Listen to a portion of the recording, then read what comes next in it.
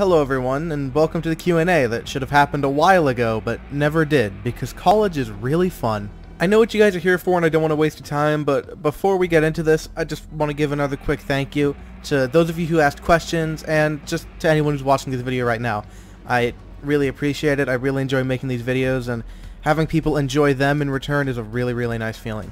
Anyways, let's get on to the Q&A. For those of you who didn't know, in my thoughts on the Trickster video, I posted a little blurb at the end saying to comment with the hashtag QnA in the comment section to ask questions for this video that you're watching right now. I also went ahead and took to Discord and set up a Q&A thread on my personal server that a bunch of my friends use to ask me some questions. First question is from Dragon Seeker. What made you decide to start a YouTube channel?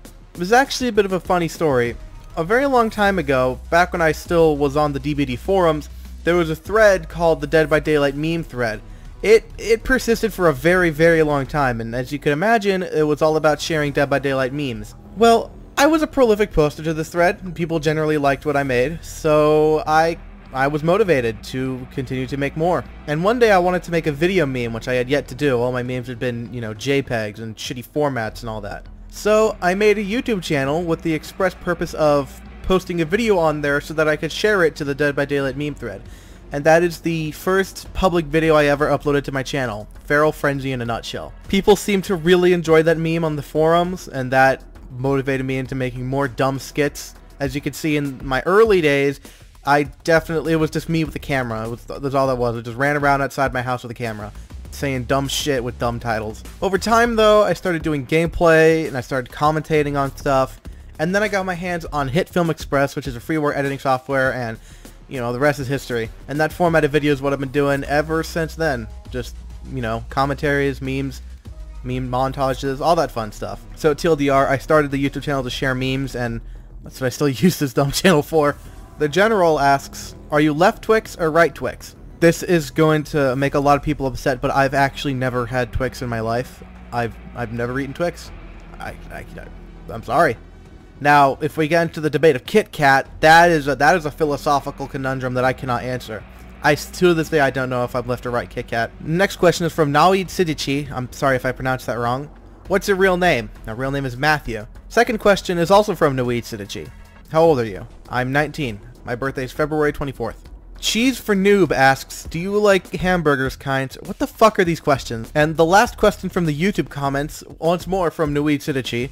If you could remove a perk, what perk would it be? I would definitely, without a doubt, remove Dead Hard. There are a lot of perks I don't like going against and I think are really stupidly designed, but Dead Hard is the crowned king of bullshit. The amount of times where a survivor has played absolutely terribly and fallen for a mind game that they absolutely should not have fallen for, only for them to turn around, Dead Hard to the pallet, and drop it, and I can't do any fucking thing about it, is absolutely infuriating. Dead Hard is a free mistake corrector, and I don't think it should exist in any capacity. Now, before I go on, I know there's gonna be some dipshit in the comments saying something like, well, just bait it out. Dead Hard's bad. You'll be exhausted on the ground if you just bait it out. And just shut your mouth, okay?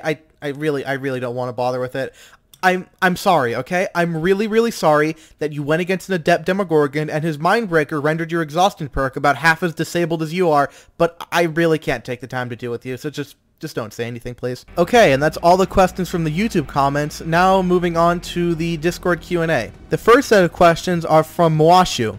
Why Dead by Daylight? Why Legion? And do you like Demogorgon? Why Dead by Daylight? I just fell into the trap. I really don't know what to say there. I saw Achievement Hunter playing in the alpha in like early 2016 or whatever, and ever since then I've been interested. I got it when there were only 3 killers in the game, and I've just been unhealthily addicted ever since. Why Legion? I haven't been a Legion main for 2 years now. What are you talking about? I gave up Legion ever since Face Ghost came out. I was really sick of Bloodlust 2 being my entire power. Well, nowadays it's Bloodlust 3, but that doesn't change much. And no, I don't like Demogorgon. I think it's disgusting, and I don't think it's funny in any capacity. I think it's a shit skin with a shit joke surrounding it. Unless you put on the collar to be BDSM Demogorgon, in which case it's fucking hilarious.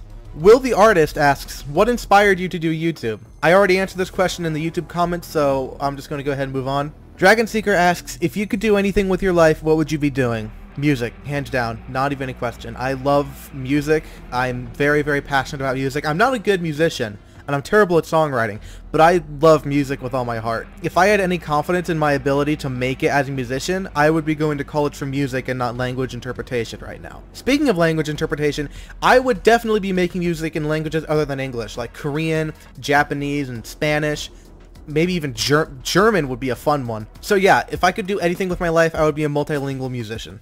Metaphor asks, what's a new talent you wish you could learn to do? Properly play this fucking shit game. This is actually a really difficult question because there are a lot of really fun things that I wish I knew how to do.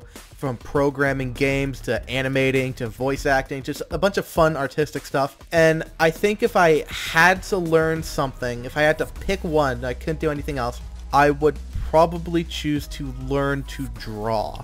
I know several artists, and I just wish I was capable of that same feat. My girlfriend is an artist, one of my best friends is an artist. I just know a lot of artistic people, and I've loved drawing for a while now. I never do it because I really suck at it, and it's always super demotivating to spend 6 hours over a sketch, and then it looks like, you know, a 5-year-old drew it with crayon. It's just really not fun.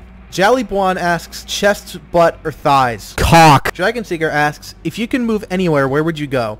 And if you were forced to live in one city, town, village, etc., and you couldn't leave, what city would you pick? And why? I'm not sure what city or town I would live in particular, but if I had to pick one place to live for the rest of my life, it would probably be somewhere on the Kyushu Islands of Japan. The most obvious reason I'd want to move to Kyushu is because I've been really into Japanese culture for a while now. I think it's really interesting. I've been wanting to learn Japanese for a very long time, and as soon as I saw that my college offered a Japanese class, I fucking jumped on it. Been studying hard ever since. I've been watching videos, just in any way I can educate myself about Japanese culture, watching people like Dolgen and Yuta and Nibito, and just asking my fucking sensei any questions I can about Japan.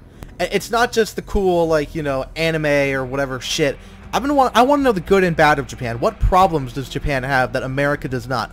What things does Japan need to change about itself that America does not? What insight can I gain from being in Japan, and what insight can fellow people in Japan gain from an American like myself? That would be a really interesting and educational experience. A second reason is because I think the Japanese language is just really pretty. So if I were to become fluent in Japanese, move to somewhere where I speak Japanese and listen to Japanese and hear all these pretty words, that would be really nice. The third and final reason is because Japan is generally a pretty urban country, and I do love my fair share of urban environments, but I also love being able to go out somewhere peaceful and quiet, i.e. Kyushu, and just listen to music or look at the world around me and just be myself. It really gives a feeling of inner peace that I can't get from urban environments. They feel a lot more invasive, and I don't really feel like I can just, you know, take time to reflect when I have all these cars passing by and possible CCTV cameras and just people just walking around. I would really like the nature setting of Kyushu, but I wouldn't be too far from an urban area.